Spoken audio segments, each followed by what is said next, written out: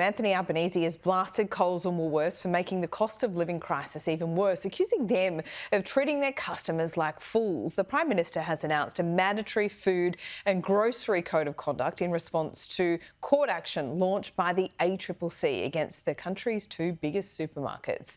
What do voters think of this move, though? For more on this, I'm joined by RedBridge Group Director Simon Welsh. Simon, this is more emblematic of the cost of living issues. The government would like to, pass a little bit of blame here, saying, look, it's not just us.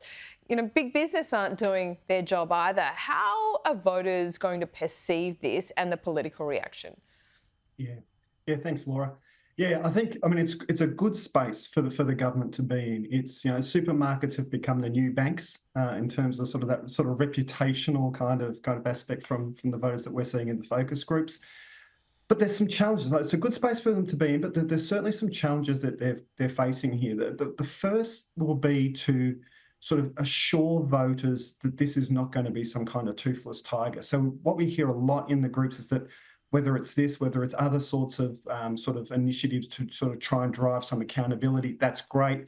But is it actually going to have teeth? Is it going to have enforceable action? And will those actions be enforced? Because people, they see these laws exist, codes of conduct, and that's probably not a great name for it because that conjures all sorts of soft kind of responses to things exist.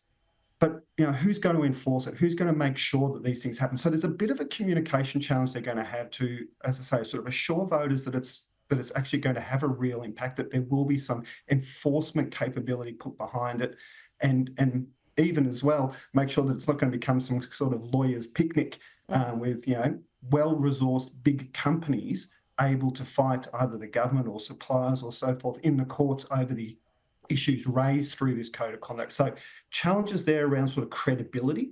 Yeah. Then there's another set of challenges, more political challenges, in the sense that they're really running out of runway.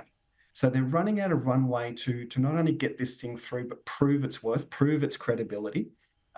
Because what we're seeing now is a lot of people are making up their minds and have already made up their minds about this government and what this government stands for. So they're going to need to really push through, get this thing happening, get tangible results out of this thing, in a limited space before the next election. And what do they think this government stands for? That's a very good question, Laura.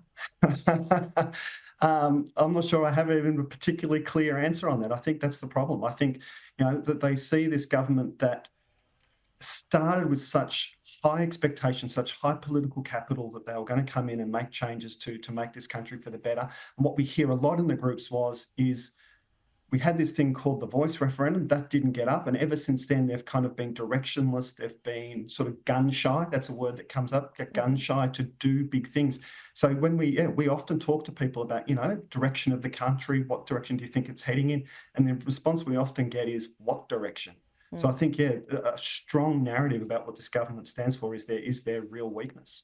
Well, we've been talking a lot about the Greens this week. You and I have been talking about the Greens a lot in the context of a hung parliament and minority government sense as well. But we see, Adam Bandt with, it's not mainstream policy, let's put it that way, saying, the government should intervene and direct the RBA not to put interest rates too high. I mean, that is a fundamental, scary, crazy shift. And the Greens are, a protest, but a very powerful political party.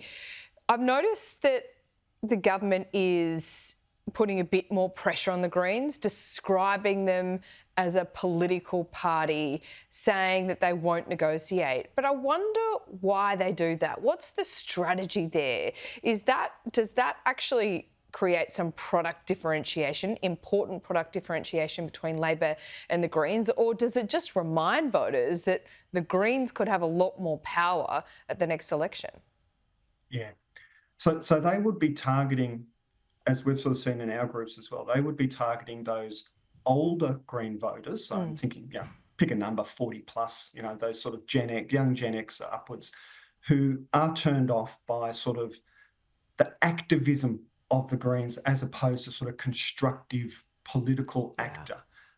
So there's certainly a cohort that's working for, and you and I have talked before about the inflow-outflow problem with the Greens, where they've got young voters coming in who would very much like to see some of the things that the Greens are talking about, but these older voters that are falling off the poll, and when they fall off, they tend to fall Labor. So they would be actively going after that.